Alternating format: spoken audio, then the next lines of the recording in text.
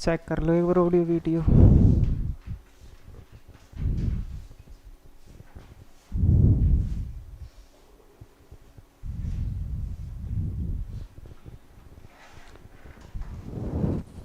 हाँ भाई, जय श्री श्याम। क्या पढ़ रहे हैं कंप्यूटर में? कंप्यूटर का आर्किटेक्चर।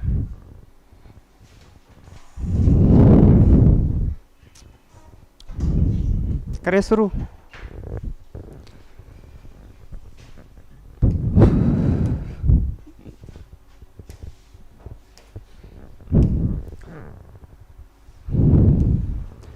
कल अपन ने स्टार्ट किया था कंप्यूटर आर्किटेक्चर। सबसे पहले अपने वर्गीकरण किया था कंप्यूटर का किसमें?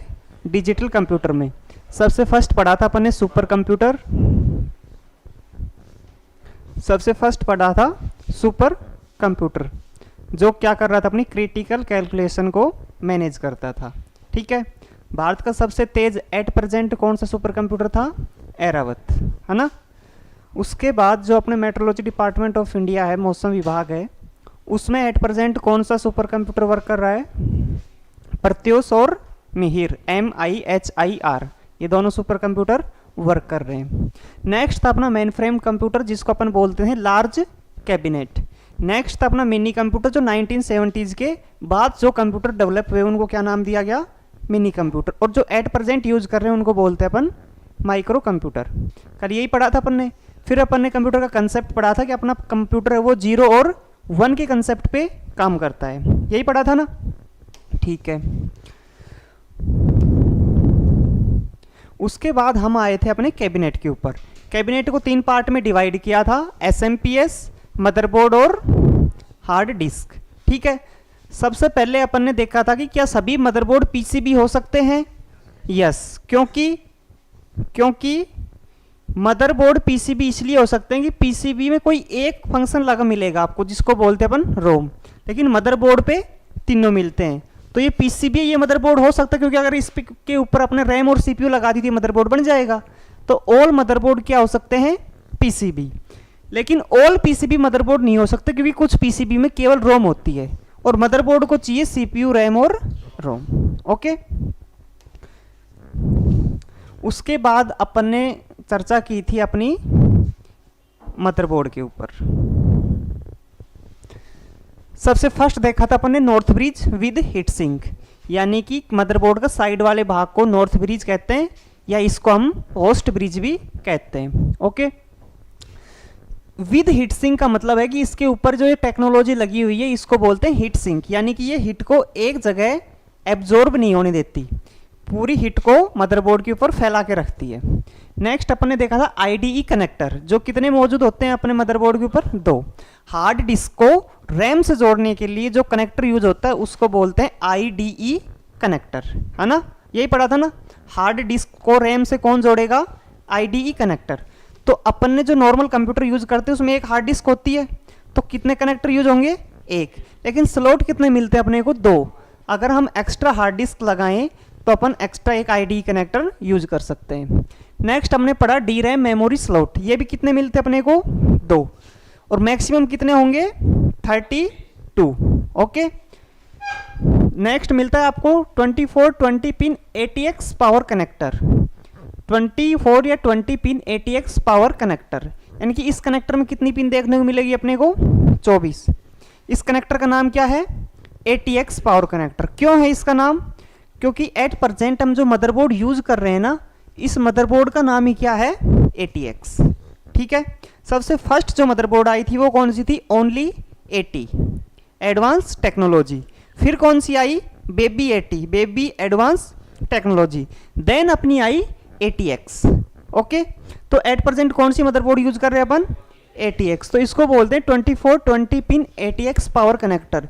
ये SMPS से कहाँ पावर लेके जाएगी? मदरबोर्ड के अंदर। क्लियर।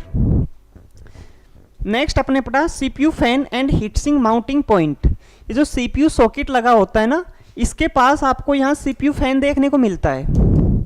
ठीक है। क्या देखने को मिलेगा? CPU fan. जो CPU क्या एक IC चिप है, और IC चिप हमेशा क्या प्रोड्यूस करेगी? एनर्जी और हीट पे एनर्जी उत्पन्न होगी तो हीट उत्पन्न होगी उससे, तो हीट निकलेगी तो कहाँ हो, उसके आसपास ही तो रहेगी जब तक हम उसको फैलाएंगे नहीं। तो उसके लिए क्या लगाते हैं, या तो अपन फैन लगाएं, या एक जो अपन ने नॉर्थ ब्रिज में एक हीट सिंक टेक्नोलॉजी यूज की थी वो हीट सिंक माउंटिंग पॉइंट लगाएं। तो क्या होगी, जो CPU IC चिप से जो हीट निकली है वो क्या हो जाएगी, फैल जाएगी, जिससे अपनी IC चिप खराब नहीं होगी। नेक्स्ट अपन ने देखा था CPU सॉकेट, जहाँ CPU को प्लेस करते हैं उसको बोलते हैं CPU सॉकेट। नेक्स्ट देखा था कनेक्टर्स फॉर इंटीग्रेटेड पेरिफेरल्स, इनको हमने पेरिफेरल डिवाइस पढ़ी थी, ऐसी डिवाइस जो बाहर से लगाई जाती है। इनपुट आउटपुट कंट्रोलर हब भी किसको बोलते हैं, पेरिफेरल डिवाइस को। पेरिफेरल डिवाइस में कौन कौन सी चीज़ें लगती है, इनपुट डिवाइस, आउटपुट डिवाइस और अदर स्टोरेज डिवाइस। जैसे अपन पेन ड्राइव लगाते हैं तो स्टोरेज डिवाइस है पेन ड्राइव, और बाहर से भी लगा रहे हैं तो क्या हो गया नाम, पेरिफेरल्स। पेरिफेरल्स का मतलब ये होता है बाहर बाहर। जैसे आप कहीं जाते हो तो आपको हाईवे के नाम दिख जाता है, जैसे अपने दिल्ली जाते हैं तो नाम आता है ईस्टर्न पेरिफेरल हाईवे, यानी कि दिल्ली से बाहर बाहर किसी को आगे जाना है तो दिल्ली में ट्रैफिक से बचने के लिए वो बाहर बाहर चला जाए, उसका नाम है पेरिफेरल। तो उससे याद रख लो कि पेरिफेरल डिवाइस होती है जो बाहर से इंसर्ट की जाती है।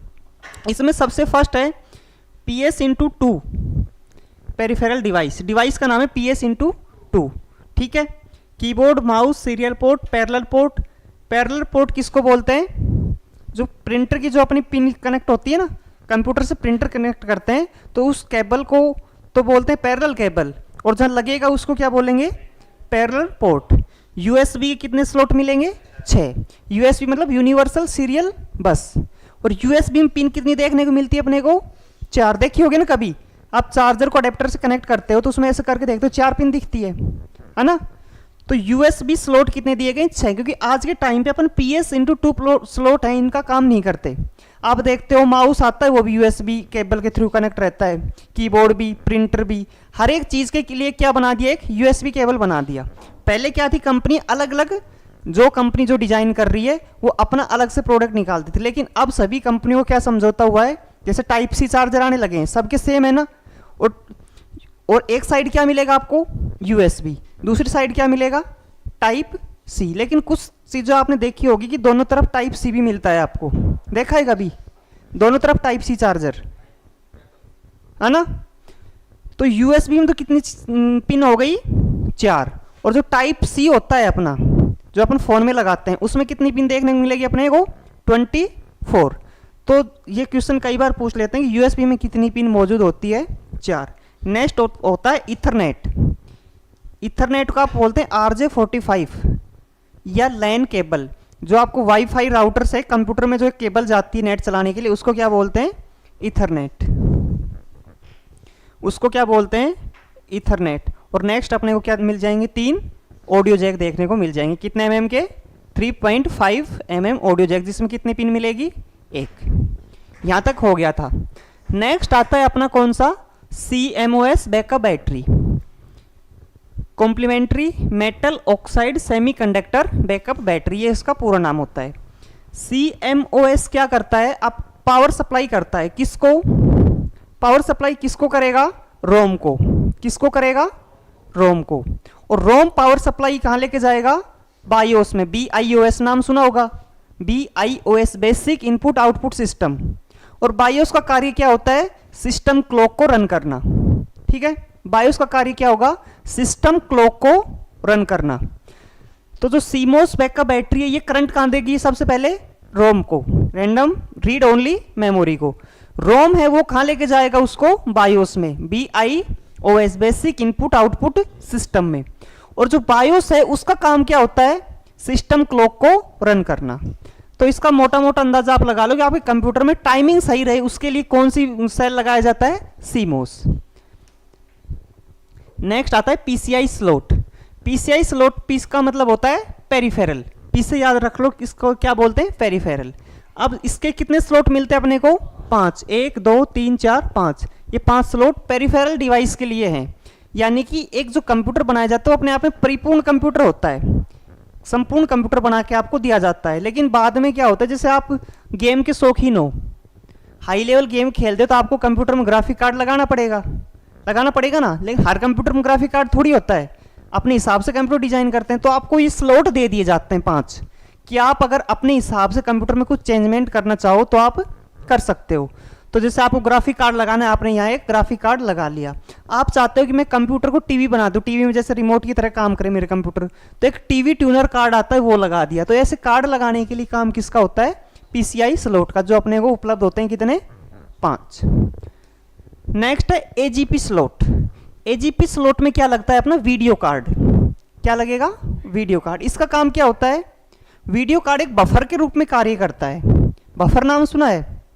वीडियो कार्ड एक बफर के रूप में कार्य करता है। बफर होता है एक टेम्परेरी स्टोरेज। जैसे कल मैंने आपको एक क्वेश्चन समझाई थी कि हार्ड डिस्क से डाटा कहाँ जाएगा? रैम में। रैम से डाटा कहाँ जाएगा? सीपीयू में। सीपीयू से डाटा कहाँ जाएगा? डिस्प्ले पे। अब सोचो आपने कोई वीडियो चलाई, हार्ड डिस्क से वीडियो के डाटा कहाँ पहुंचा? रैम में। रैम से डाटा सीपीयू के पास पहुंचा। तो सीपीयू जो चीज़ प्रोसेस कर रहा है वो एक साथ स्क्रीन पर नहीं दिख सकती।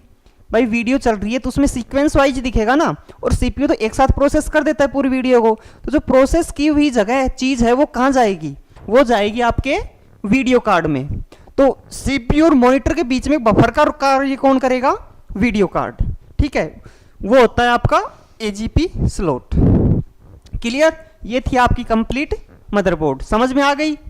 मदरबोर्ड में किसी को दिक्कत? अब लिख लो। कहाँ तक लिखवा दिया था? डी रैम स्लॉट हो गया था, ये हो गया था ना एटीएक्स पावर कनेक्टर। नेक्स्ट आ जाओ, connectors for integrated peripherals. Connected for integrated peripherals, समायोजित पेरिफेरल के कनेक्टर। इंटीग्रेटेड को क्या बोलते हैं? समायोजन। तो पेरिफेरल में क्या 3 चीजें आएंगी? सबसे फर्स्ट आएगी आपको इनपुट डिवाइस, जिसको अपन बोलते हैं आगत नियुक्तियां, बिल्कुल हिंदी में लिख के चल रहे हैं। नेक्स्ट आती है आपकी आउटपुट डिवाइस, जिसको बोलते हैं निर्गत युक्तियां। नेक्स्ट आती है external storage device. External storage device, जिसको बोलते हैं बाहरी भंडारण युक्तियां। एक बार आवाज चेक कर लेते हैं बीच में।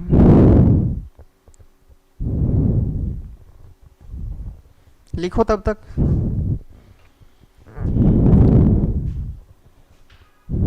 नेक्स्ट आती है एक्सटर्नल स्टोरेज डिवाइस।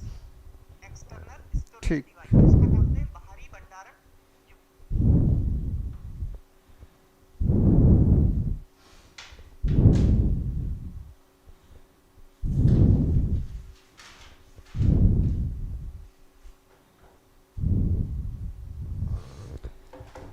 ठीक है। तो कितने टाइप की आपकी पेरिफेरल डिवाइस होती है? 3, इनपुट, आउटपुट और एक्सटर्नल स्टोरेज। ओके। उसके बाद जो अपन पेरिफेरल डिवाइस यूज करते हैं उसमें क्या क्या आते हैं? यूएसबी पोर्ट या कनेक्टर। जैसे कोई भी चीज अपन जहां कनेक्ट करते हैं उसको या तो हम कनेक्टर बोलेंगे, या तो उसको क्या बोलेंगे? कनेक्टर बोलेंगे, या उसको बोलेंगे पोर्ट। तो क्या बोलते हैं? USB port connector. यूएसबी की मैंने पूरा नाम लिख दिया है, यूनिवर्सल सीरियल बस। क्या लिख दिया? यूनिवर्सल सीरियल बस। नेक्स्ट आती है इथरनेट पोर्ट कनेक्टर, या इसको बोलते हैं लैन कनेक्टर। लैन मतलब लोकल एरिया नेटवर्क, ये पूरा नाम आपको लिखवा रखे हैं सबके। इथरनेट पोर्ट कनेक्टर या लैन कनेक्टर।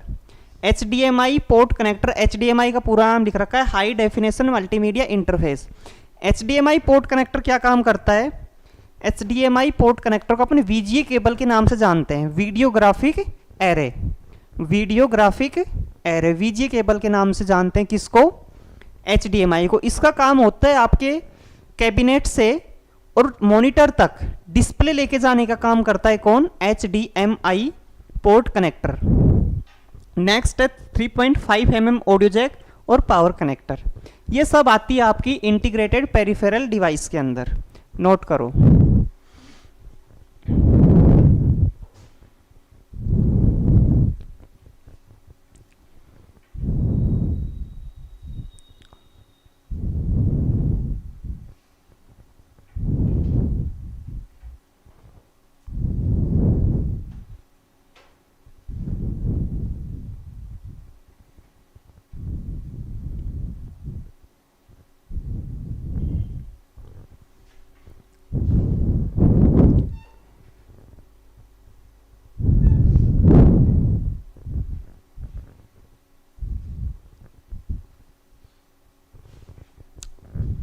ठीक है भाई।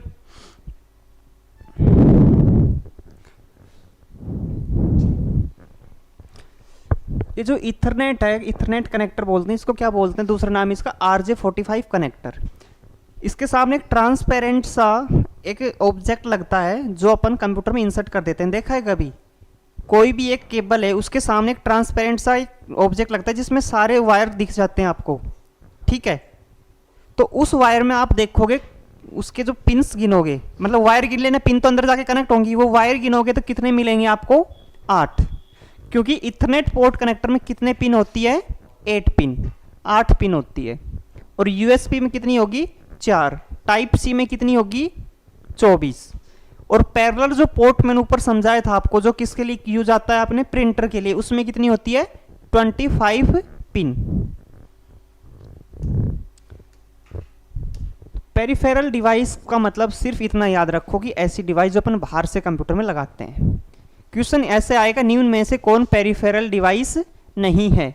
ये आपको दे देंगे ऑप्शन में, USB port, Ethernet port, HDMI, CPU, power connector. तो सीपीयू क्या है? एक प्रोसेसिंग डिवाइस है जो बाहर से नहीं लगती, कंप्यूटर के सॉकेट के अंदर लगती है। उसके लिए एक प्रॉपर जगह दी है मदरबोर्ड के ऊपर, जिसको बोलते हैं अपन सीपीयू सॉकेट। तो उसके लिए प्रॉपर जगह है ना, और उसकी परमानेंट जगह वही रहेगी। लेकिन यूएसबी जो कनेक्टर है, आप जरूरी थोड़ी है कि हमेशा माउस को एक पोर्ट में लगा कर रखते हो, उसमें यूज नहीं हुआ दूसरे में लगा दिया, है ना। तो कोई फिक्स जगह नहीं है ना, इसलिए इनको बोलते हैं पेरिफेरल डिवाइस। नेक्स्ट आता है आपको CMOS backup battery. CMOS backup battery, complementary metal oxide semiconductor battery. इसका काम क्या होता है? CMOS पावर सप्लाई किसको करता है? बायोस को। और CMOS पावर सप्लाई किसको करेगा? आपका BIOS। जो BIOS किससे पावर लेता है? रोम से। तो आप क्या कहोगे? CMOS जो पावर देता है वो किसको देगा? आपके रोम को। और रोम पावर किसको देगा? BIOS को, बेसिक इनपुट आउटपुट सिस्टम। और जो BIOS है यही क्या करता है? आपका run system clock, system clock को रन करता है, यह कंप्यूटर की घड़ी को चलाता है। तो मैंने तीनों फुल फॉर्म लिख रखी, CMOS की कॉम्प्लीमेंट्री मेटल ऑक्साइड सेमीकंडक्टर, और बैकअप बैटरी आप आगे लगा लेना। रोम की रीड ओनली मेमोरी, बायोस की बेसिक इनपुट आउटपुट सिस्टम। अब बायोस में इसका पार्ट करके लिख रखा है कि जो बायोस है ये क्या एक टाइप का प्रोग्राम है, एक टाइप का क्या है? प्रोग्राम है। और ये क्या करता है? इट रन्स सिस्टम क्लॉक, ये सिस्टम क्लॉक को रन करता है। और पता कैसे चलेगा आपको कि आपका CMOS जो बैकअप बैटरी है वो खराब हो गई है? जैसे आप कंप्यूटर ऑन करोगे, आपका अगर टाइम ऊपर नीचे दिखे, टाइम गलत दिखे, तो आप समझ जाना आपके कंप्यूटर की CMOS बैटरी खत्म हो गई है, तो आप उसको रिप्लेस कर सकते हैं। ये होती है आपकी रोम। रैम कल दिखा दी थी, ये रोम देख लो।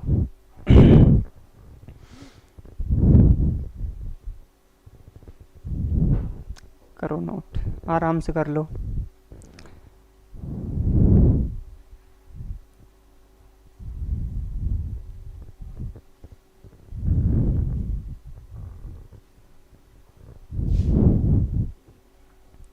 फुल फॉर्म लिखना तीनों, CMOS की complementary metal oxide semiconductor backup battery, ROM की रीड ओनली मेमोरी, बायोस की बेसिक इनपुट आउटपुट सिस्टम। जो CMOS बैकअप बैटरी है ये पावर सप्लाई देगी आपकी बायोस को, और बायोस का काम ही क्या है? It runs system clock.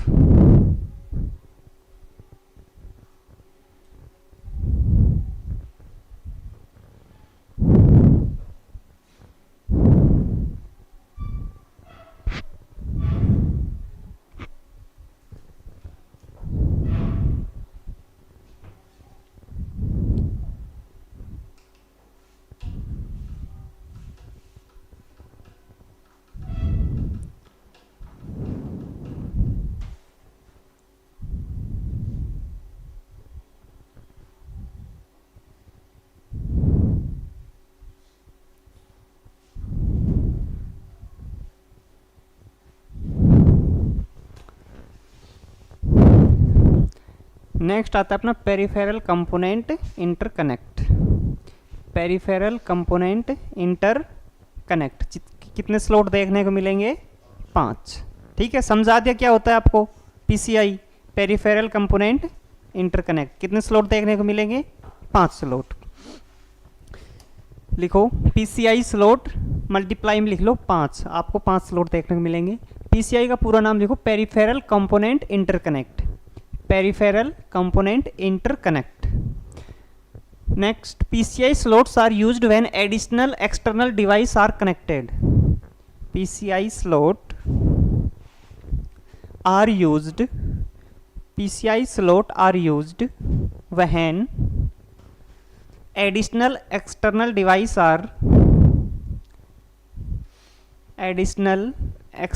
device are connected. PCI slots का उपयोग तब किया जाता है जब अतिरिक्त बाहरी डिवाइस को जोड़ना हो। आपको अभी बता दिया था, आपको ग्राफिक कार्ड लगाना है, टीवी ट्यूनर कार्ड लगाना है, या अदर ऐसी कोई भी चीज़ आपको इंसर्ट करनी है जो आपको कंप्यूटर में चाहिए, तो उसके लिए आपको मदरबोर्ड ने 5 स्लॉट बना के दिए हैं, आप उसमें वो चीज़ें लगा सकते हैं। इसको बोलते हैं पेरिफेरल कंपोनेंट इंटरकनेक्ट।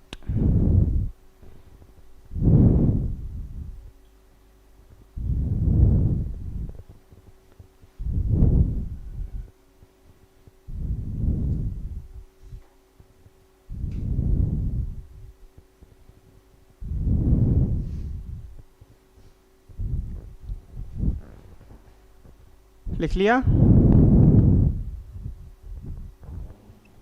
नेक्स्ट अपन ने पढ़ा था AGP slot, accelerated graphic port.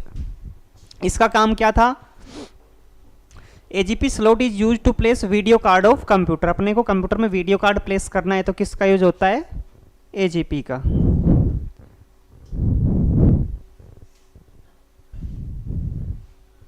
कल अपन ने देखी थी ये क्वेश्चन देखी थी ना कल। हार्ड डिस्क डाटा कहाँ जाएगा? रैम में। किसके द्वारा? IDE कनेक्टर के द्वारा। रैम किसको इनपुट देगी? CPU, जिसने हमने I से डिनोट किया। रैम किसको इनपुट देगी? उसके बाद CPU क्या करेगा? प्रोसेसिंग करेगा और क्या देगा? आउटपुट।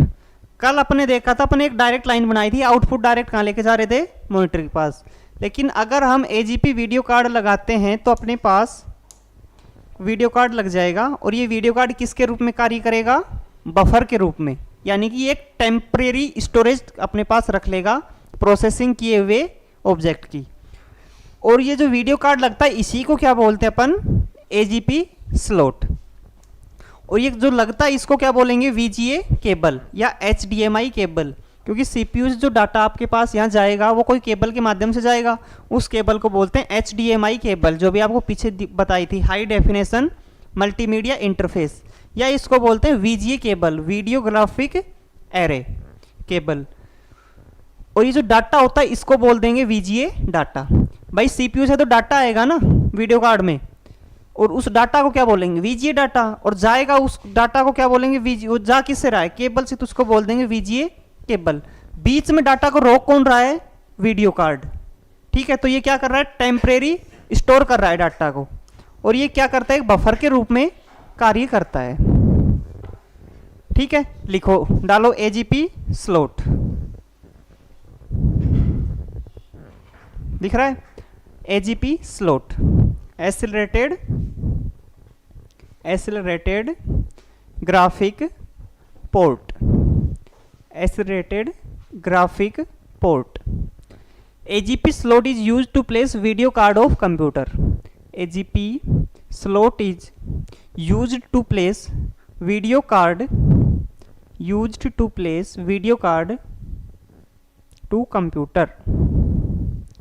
AGP स्लॉट का उपयोग कंप्यूटर के वीडियो कार्ड को लगाए जाने के लिए किया जाता है। ये आपको समझा दिया वीडियो कार्ड क्या होता है, क्यों लगाया जाता है, कहाँ ये लगता है।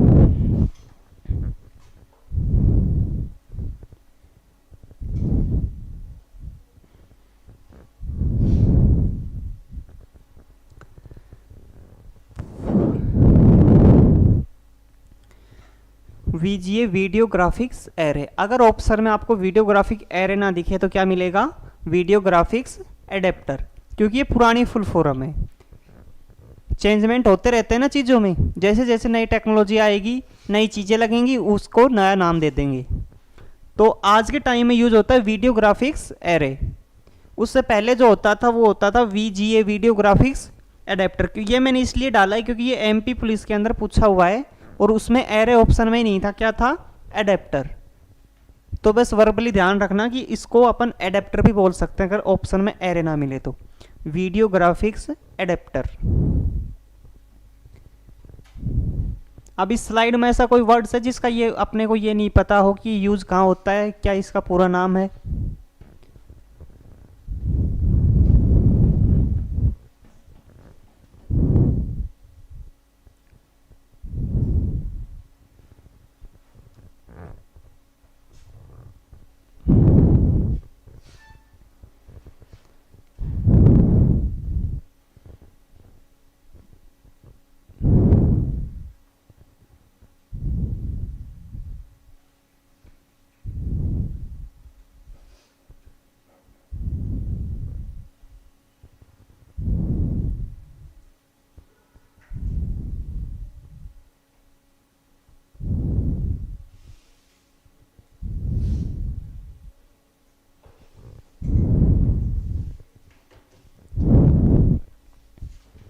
क्लियर भाई?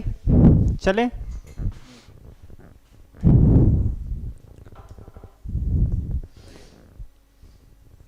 जल्दी करो।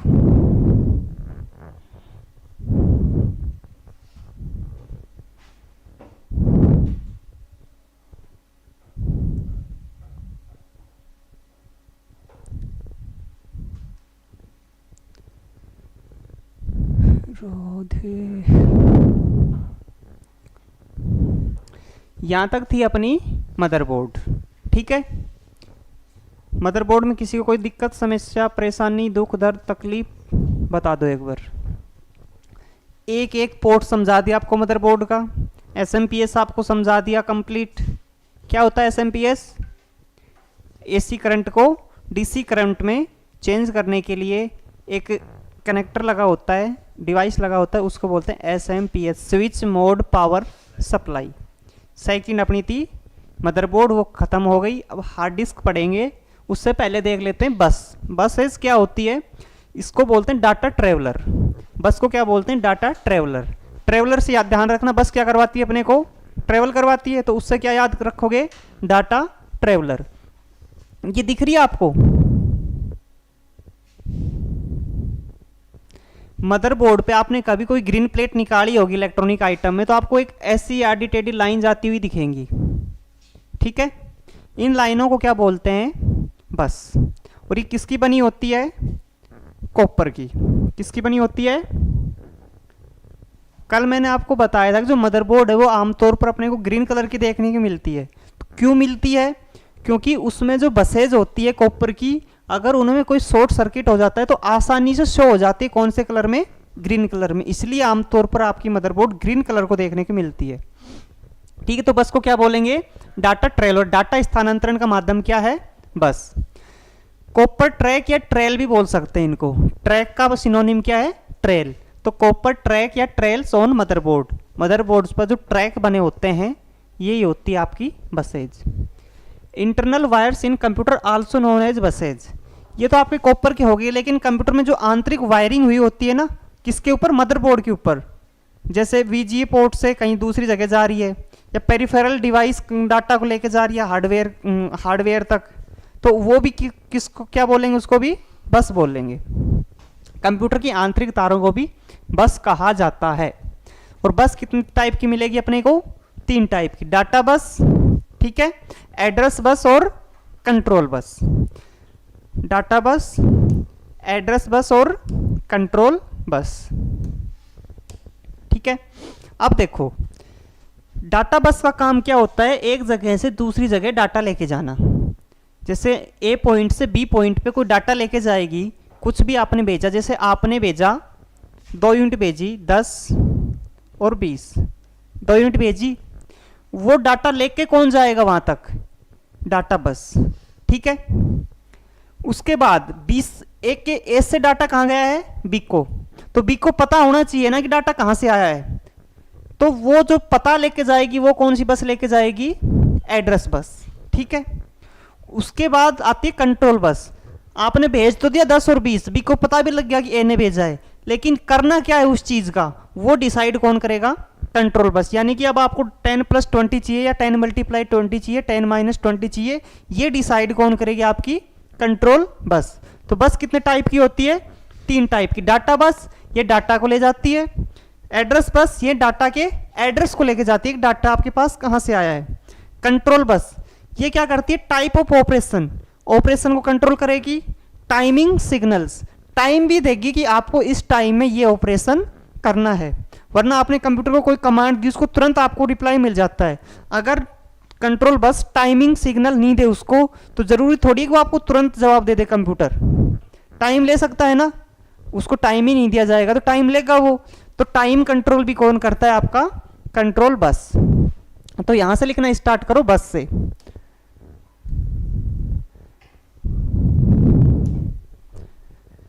डाटा ट्रेवलर, डाटा स्थानांतरण का माध्यम। डाटा एक जगह से दूसरी जगह जाता है, वो किसके माध्यम से जाएगा?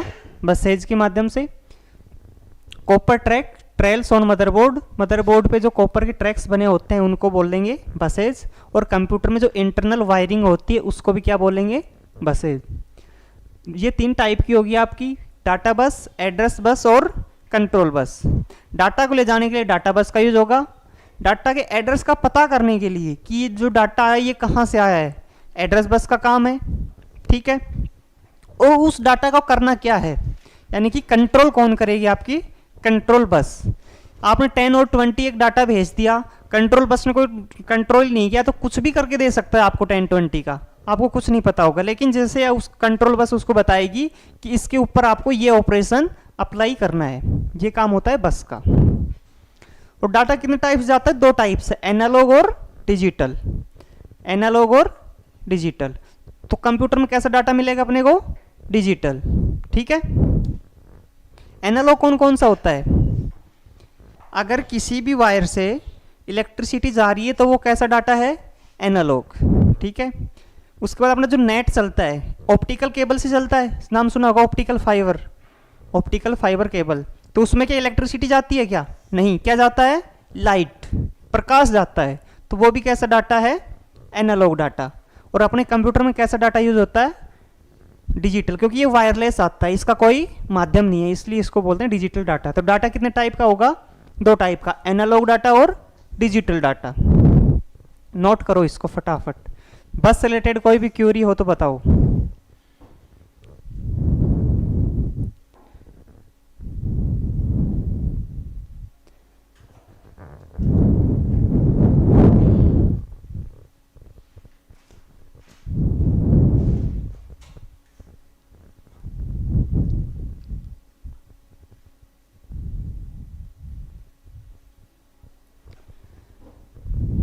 शॉर्ट नोट्स बनाया करो, जैसे बस लिख दिया data traveller, copper track, internal wiring, 3 type data बस, carries data, address bus carries address, control bus, type of operation, timing signal.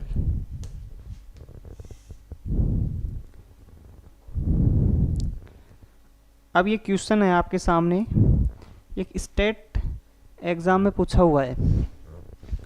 Address bus is directly associated with, इसका कहने का मतलब है जो एड्रेस बस होती है, 3 टाइप की बस होती है, जिसमें एक ही बस ऐसी होती है जो अपनी मेन मेमोरी से जुड़ी होती है, उस बस का नाम क्या है?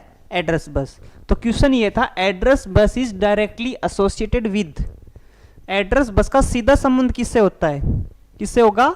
मेन मेमोरी से। और मेन मेमोरी कौन है अपने कंप्यूटर में? RAM, random access memory.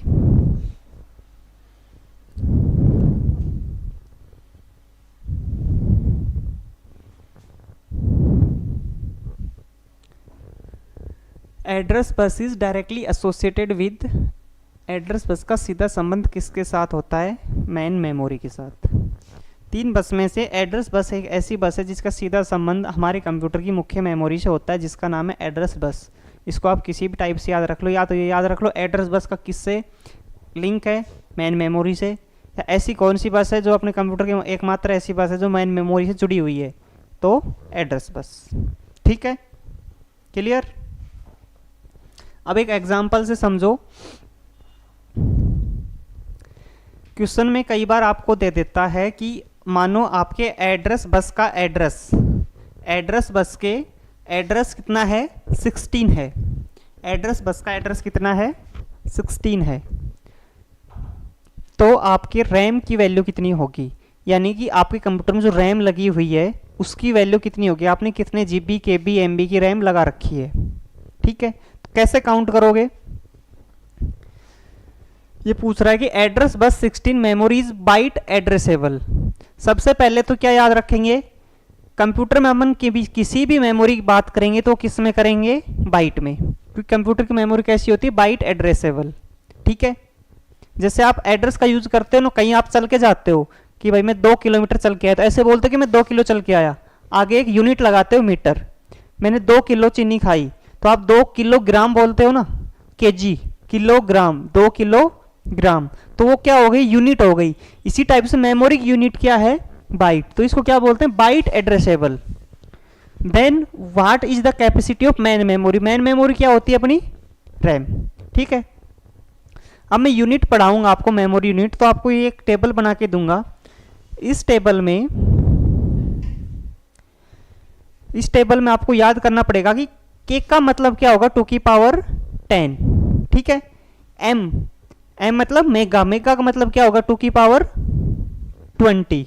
जी मतलब गीगा, गीगा का पावर क्या होगा, 2 की पावर 30, यानी कि केबी की पावर 2, केबी मतलब 2 की पावर 10, मेगा मतलब 2 की पावर 20, जीबी मतलब 2 की पावर 30। ये एक टेबल है जो आपको याद करनी पड़ेगी। अब देखो, कल मैंने क्या बताया था, हम मेमोरी का डिसाइड किससे करेंगे, 2 की पावर n से, कल समझाया था ना। ठीक है, अब 2 की पावर 16 है, 2 की पावर 16 है, तो अपन इसको डिवाइड कर लेंगे क्योंकि पावर ऐड हो जाती है, पढ़ रखा है मैथ में। 2 की पावर 6 मल्टीप्लाई 2 की पावर 10 कर लिया। 2 की पावर 6 का मतलब क्या हुआ, 64। 2 की पावर 6 का वैल्यू क्या आएगी, 64, और 2 की पावर 10 मतलब केबी। तो आपके पास रैम कितने केबी की है, 64 केबी की। तो आप मेरे को ये बताओ, अगर कोई एड्रेस बस, उसका एड्रेस 32 है, एड्रेस क्या है 32, तो रैम कितनी जीबी की होगी या कितने एमबी की होगी,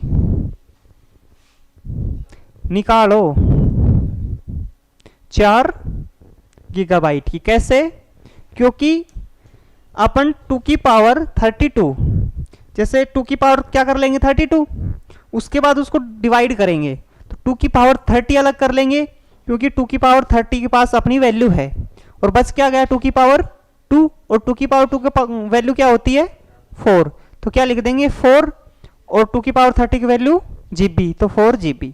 ठीक है, कर लोगे कैलकुलेट, क्या नहीं, आपको 2 की पावर n में ही मिलेगा, बाइनरी नंबर के अंदर ही, क्योंकि कंप्यूटर का कंसेप्ट बाइनरी नंबर पे ही काम करता है, समझ गए।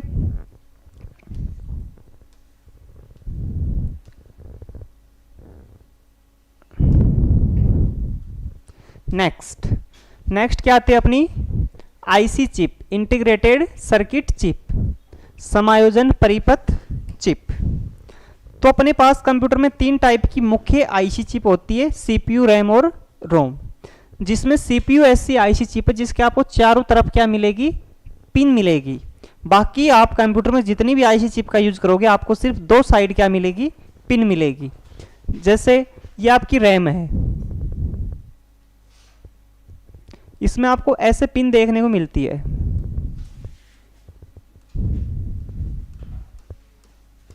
ठीक है। इनमें डाटा आता कैसे है, डाटा ऐसे आएगा आपका,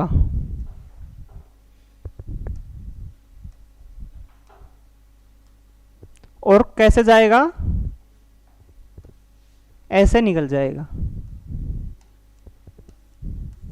ठीक है। यानी कि इसका हाफ कर लेंगे, हाफ में डाटा आएगा और वो इसको प्रोसेस करके डाटा आउट कर देगी। ये काम करता है आपका आईसी चिप का पैटर्न, डाटा ऐसे आएगा और ऐसे जाएगा, ठीक है। थोड़ी हिस्ट्री देख लेते हैं। 1957 में जेएस किल्बी ने क्या किया, सिर्फ और सिर्फ इंट्रोडक्शन दिया किसका, आईसी चिप का। कब, 1957 में, ठीक है। 1958 में उन्होंने फर्स्ट चिप क्या की, डेवलप। 1958 में उन्होंने फर्स्ट चिप डेवलप की। किस मटेरियल की बनाई, सेरेमिक की। किसकी बनाई, सेरेमिक की। और आज के टाइम पे आप देखते हो सबसे ज़्यादा किसकी बनती है, सिलिकॉन की बनती है ना। तो क्या ये सक्सेस हुई, नहीं हुई, क्योंकि सबसे ज़्यादा सक्सेस आईसी चिप किस मटेरियल की बनती है, सिलिकॉन की। सिलिकॉन की बन जाती है या जर्मेनियम की। और ये किस टाइप की मेटल है, मोनोलिथिक। पढ़ रखा होगा ना केमिस्ट्री में, मोनोलिथिक। देखो 1957 में जेएस किल्बी ने इंट्रोडक्शन दिया आईसी चिप का। 1958 में इन्होंने फर्स्ट आईसी चिप बना ली, made up of ceramic material.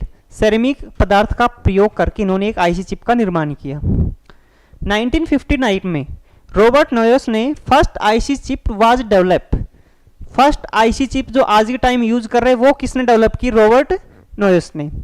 किस टाइप की बनाई, मोनोलिथिक धातु का उपयोग करके। और मोनोलिथिक प्रकार जो होता है वो किन दो धातु में देखने को मिलेगा आपको, सिलिकॉन या जर्मेनियम में। तो उस टाइम दोनों को मिला के डेवलप की थी, लेकिन आज के टाइम में सिर्फ किससे बनाई जा रही है, सिलिकॉन से। ये थी आपकी आईसी चिप। तो कितनी चिप होती है, मुख्य चिप 3, सीपीयू, रैम और रोम। सीपीयू एकमात्र ऐसी आईसी चिप है जिसके चारों तरफ पिन देखने को मिलेगी, और उससे निकलने वाला डाटा किस रूप में मिलेगा, स्वास्थ्य चिन्ह के रूप में। स्वास्थ्य चिन्ह देखा है ना, ऐसे आएगा और ऐसे जाएगा। इसमें ऐसे आया, ऐसे आया और ऐसे चला गया, ठीक है। तो उसमें चारों तरफ है तो फिर इधर से भी आएगा और ऐसे भी जाएगा। तो किस टाइप में बनता है, स्वास्तिक चिन्ह के रूप में।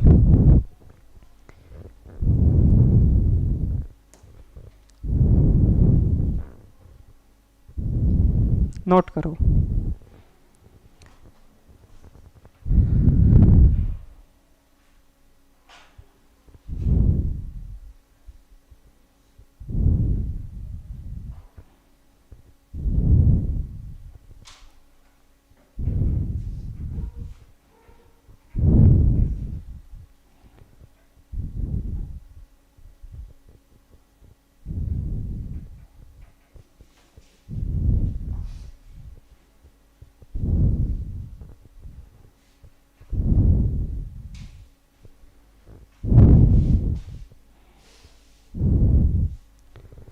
क्लियर।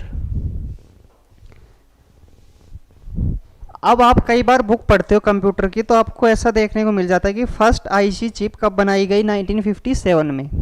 लेकिन 1957 में सिर्फ उसका क्या हुआ था, इंट्रो हुआ था। आपको अगर ऑप्शन में 1957, 58 दोनों मिले तो आप क्या करके आओगे, 1958। और सिर्फ 1957 है तो वही करके आना, क्योंकि वो भी कोई भगवान नहीं है, वो भी कोई बुक में देख के छाप रखा है, ठीक है। क्लियर, लिख लिया। अब देखते हैं अपनी आईसी चिप है वो डेवलप कैसे हुई थी। Category of IC chip. देखो आईसी चिप का वर्गीकरण सबसे फर्स्ट आई थी अपने पास एसएसआई, जिसको बोलते हैं स्मॉल स्केल इंटीग्रेशन।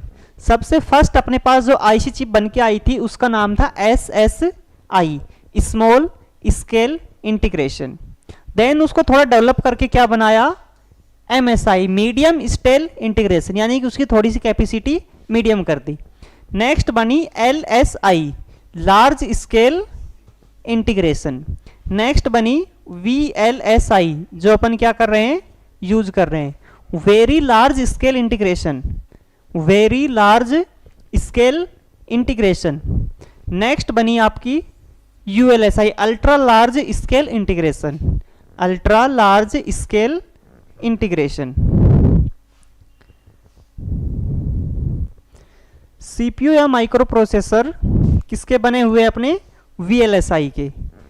अपन जो यूज करते हैं सीपीयू या माइक्रो प्रोसेसर किस कैटेगरी की आईसी चिप है, वो वीएलएसआई, ठीक है। सामान्यतः आपको आईसी चिप में दो चीजें देखने को मिलेंगी, या तो लॉजिक गेट्स या ट्रांजिस्टर, या तो लॉजिक गेट्स या ट्रांजिस्टर। आईसी चिप किन दो चीजों से मिलकर बनी होती है, लॉजिक गेट और ट्रांजिस्टर। तो एग्जाम में क्वेश्चन पूछा गया था, ब्लैंक देखिए, सीपीयू में लाखों की संख्या में खालिस्तान मौजूद होते हैं, तो क्या आएगा, ट्रांजिस्टर या लॉजिक गेट। ये मैंने डाल रखा है। सीपीयू कंसिस्ट, सीपीयू अपने अंदर क्या रखता है, millions of logic gate and billions of transistor. ठीक है, समझ गए। तो किसी भी चिप में, आईसी चिप है, उसमें आपको क्या देखने को मिलेंगे, लॉजिक गेट या transistor.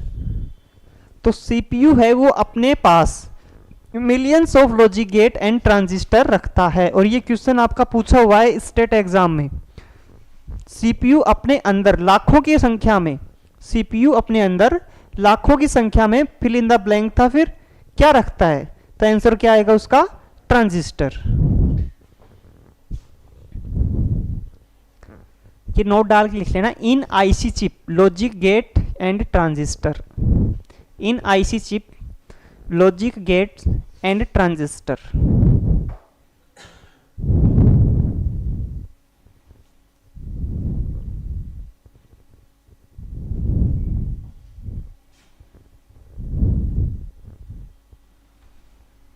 Logic gate and transistor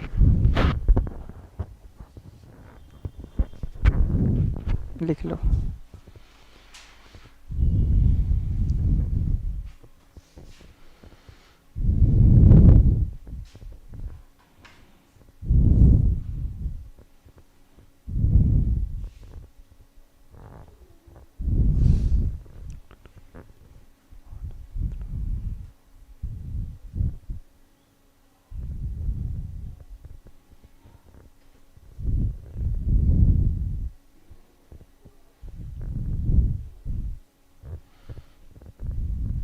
लिख लिया भाई।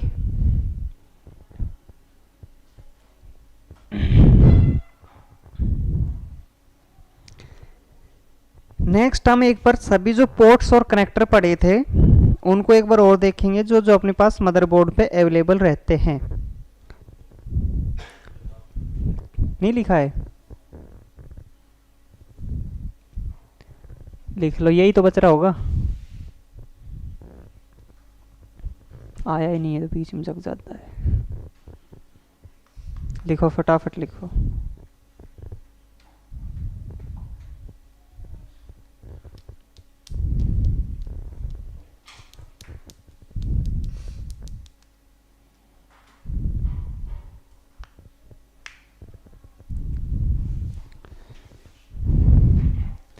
नेक्स्ट क्या आता है अपने पास, पोर्ट्स और कनेक्टर। ये आपने लिख रखे होंगे सारे, लिखने की जरूरत नहीं है, समझ लो। सबसे फर्स्ट अपना PS2 पोर्ट, इसको बोलते हैं पर्सनल सिस्टम। कितने होते हैं ये, दो होते हैं। एक मिलेगा आपको पर्पल कलर का और एक मिलेगा ग्रीन कलर का। देखा है कभी, देखा है ना। इसमें क्या लगते थे पहले, कीबोर्ड और माउस। आज के टाइम क्या लग जाते हैं कीबोर्ड माउस में, USB मिलती है अपने को, तो इनकी जरूरत अब खत्म हो गई। पहले अगर आपके पास पर्पल कलर का PS2 था तो उसमें लगती थी आपके पास कीबोर्ड, और ग्रीन कलर का था तो उसमें क्या लगाते थे, माउस। जिसमें कितने पिन का कंसेप्ट होता था, काउंट कर लो, 1 2 3 4 5 6। तो इसमें कितने पिन का कंसेप्ट था, 6 पिन का। नेक्स्ट अपने पास सीरियल पोर्ट, इसको सीरियल पोर्ट ही बोलेंगे, इसमें 9 पिन का कंसेप्ट होता है। नेक्स्ट है आपके पास पैरेलल पोर्ट, किसके लिए यूज होता है, जो प्रिंटर के लिए। इसमें अपने पास कितने पिन का कंसेप्ट होता है, 25 पिन का। नेक्स्ट होता है इथरनेट पोर्ट या लैन पोर्ट, जिसको बोलते हैं अपन RJ45 कनेक्टर। इसमें कितने पिन का कंसेप्ट था, 8 पिन का। नेक्स्ट है VGA port, videographic array adapter. इसमें अपने पास 15 पिन का कंसेप्ट देखने को मिल जाता है। Next DVI port, digital video interface. Display port, HDMI port. HDMI और VGA एक ही होते हैं। USB पोर्ट, यूनिवर्सल सीरियल बस। USB टाइप ए में कितने मिलते हैं अपने को, 4। यानी जो अपन एडेप्टर मेल से फीमेल कनेक्ट करते हैं उसमें तो कितने मिलते हैं, 4। और जो USB टाइप C होते हैं उसमें कितने मिलते हैं अपने को, 24 पिन। ठीक है, और type C to type C जाते हैं उसमें कितने हो जाते हैं टोटल जुड़ के, 48। इसमें एक नहीं लिख रखा, वो और लिख लो। RCA port, RCA port, radio corporation of America. Radio corporation of America, ports और कनेक्टर में लिख लो RCA ports, RCA radio corporation of America. आपने देखा होगा जिस टाइम डीवीडी और सीडी यूज करते थे आपको 3 पिन का कंसेप्ट देखने को मिलता था, येलो, रेड और व्हाइट 3 पिन देखने को मिलती थी ना, उसको बोलते हैं RCA port, radio corporation of America.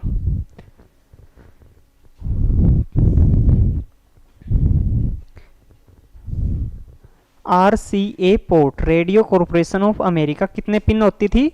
3। कौन कौन सी? रेड, येलो और व्हाइट। एक RGB कनेक्टर और होता है जिसमें रेड, ग्रीन और ब्लू पिन होती है, ये याद रखना। RGB तो नाम से याद रख लो, लेकिन RCA है उसमें याद रखना येलो, व्हाइट और रेड 3 पिन का कंसेप्ट होता है।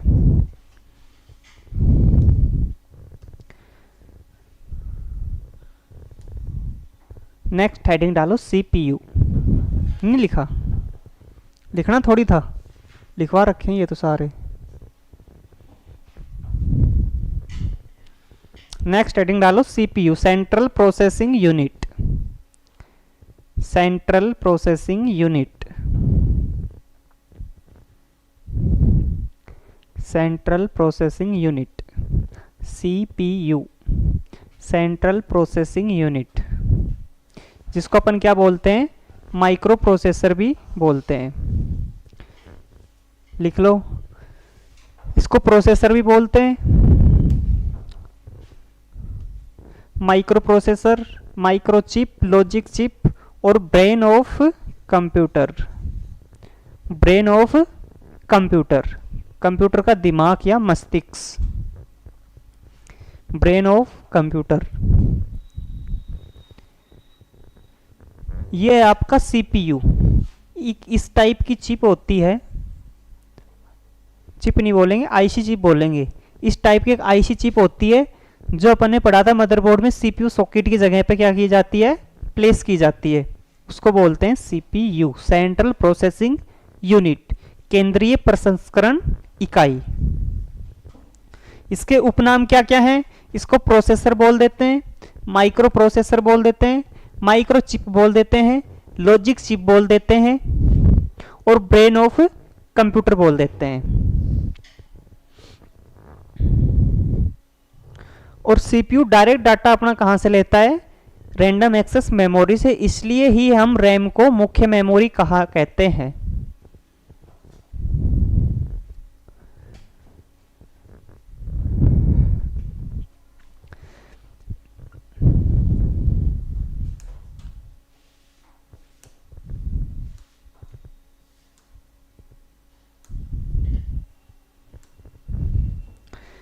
नेक्स्ट अपन CPU को 3 पार्ट में डिवाइड करते हैं। ALU, अर्थमेटिक लॉजिकल यूनिट, जो अपनी अर्थमेटिक से रिलेटेड यानी कि ऑपरेशन कंट्रोल करता है, और लॉजिक यानी कि ट्रू फॉल्स वगैरह जो अपन उसको कंडीशन देते हैं उसको सोल्व करता है। कौन? ALU। Next CU, control unit, और MU, मेमोरी यूनिट। इन 3 चीजों से मिलकर क्या बना है अपना? CPU, central processing unit. Question आता है निम्न में से कौन CPU का भाग नहीं है? ALU, CU, MU, उसके बाद दे देंगे या तो रैम दे दिया या रोम दे दिया, ठीक है, या हार्ड डिस्क दे दिया। तो जो भी इन तीनों के अलावा ऑप्शन में मिलेगा वो ही CPU का पार्ट नहीं है।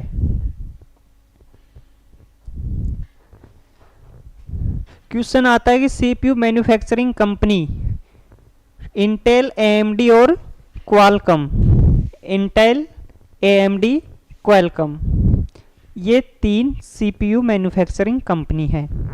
अच्छा, आपने जीके पढ़ रखी है, मेरे को ये बताओ सबसे ज्यादा IC चिप कौन सा कंट्री डेवलप करता है? बताओ भाई, सबसे ज्यादा IC चिप। ऑप्शन है इंडिया, अमेरिका, चीन, ताइवान। सबसे ज्यादा जो IC चिप मैन्युफैक्चर करता है, दुनिया का 60% जो मैन्युफैक्चर करता है वो करता है ताइवान। कौन करेगा? ताइवान, जिसको चीन अपने कब्जे में लेने के चक्कर में, आप अगर न्यूज़ देखते हो या ज्योग्राफी पढ़ी हुई है तो कुछ लोग तो मानते ही नहीं है कि कोई ताइवान कोई देश कंजिस्ट कर रहा है, क्या मानते हैं कि वो कोई चीन की टेरिटरी है। लेकिन ताइवान एक अपने आप में देश है जिसको वित्तीय सहायता किससे प्राप्त है, अमेरिका से, जो हमेशा ये चाहता है कि मैं कभी चीन में मिलूँ ना, और चीन हमेशा उसको अपने अंडर लेना चाहती है ताकि उसकी इकोनॉमी और ज़्यादा बढ़ सके, क्योंकि दुनिया की 60% आईसी चिप कहाँ बनाई जाती है, ताइवान में। लिख लिया ये।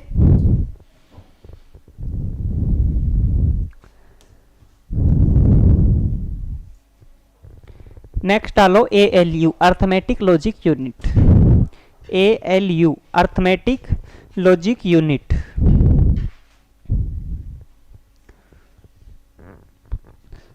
कल अपने क्वेश्चन देखा था ALU में कितनी चीजें होती है, 2, अर्थमेटिक और लॉजिक।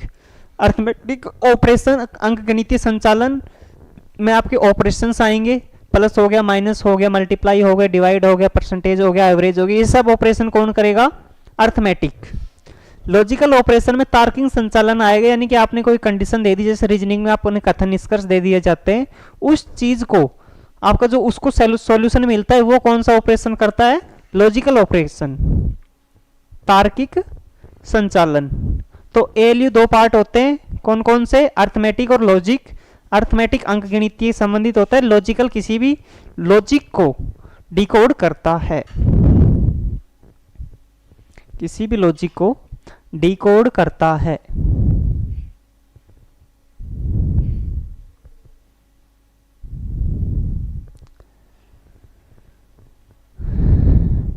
नेक्स्ट आती है अपने पास CU कंट्रोल यूनिट। क्या आएगी, CU कंट्रोल यूनिट। क्या होती है, main circuitry of computer that direct the operation of CPU, यानी कि जो आपने CPU को निर्देश दे रखे उसको मेन ऑपरेशन कौन करेगा, CU कंट्रोल यूनिट। आप जो भी कंप्यूटर को इंस्ट्रक्शन देते हो किसके माध्यम से जाएंगे, CPU के अंदर, CU के माध्यम से। कंट्रोल यूनिट्स यानी सभी को कंट्रोल करेगी, आप जो दिशा निर्देश दे रहे हो वो CPU तक पहुंचाने हैं भी या नहीं, जरूरत है या नहीं है, ठीक है। तो सब काम कौन करेगा, आपका CU। लिखो, कंप्यूटर का मुख्य परिपथ जो CPU को दिशा निर्देश देने का कार्य करता है। कंप्यूटर का मुख्य परिपथ जो CPU को दिशा निर्देश देने का कार्य करता है।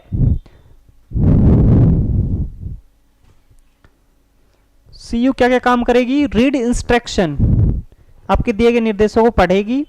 इंटरप्ट इंस्ट्रक्शन, उसमें कुछ इंटरप्शन कर सकती है, जैसे आपने कुछ चीजें बताई कंप्यूटर को, आपने नाम सुना होगा ऑटो करेक्ट, कुछ आप मीनिंग लिखते हैं उसका ऑटो करेक्ट हो जाता है, तो उसको CU इंटरप्ट करती है।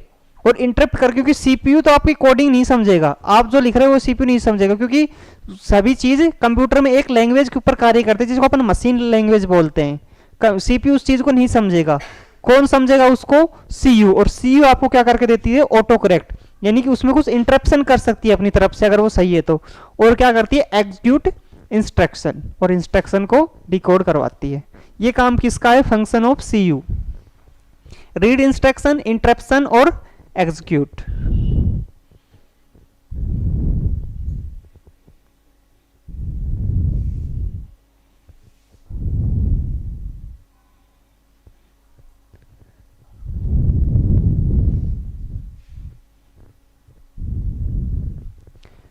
मेमोरी यूनिट पढ़ेंगे कल।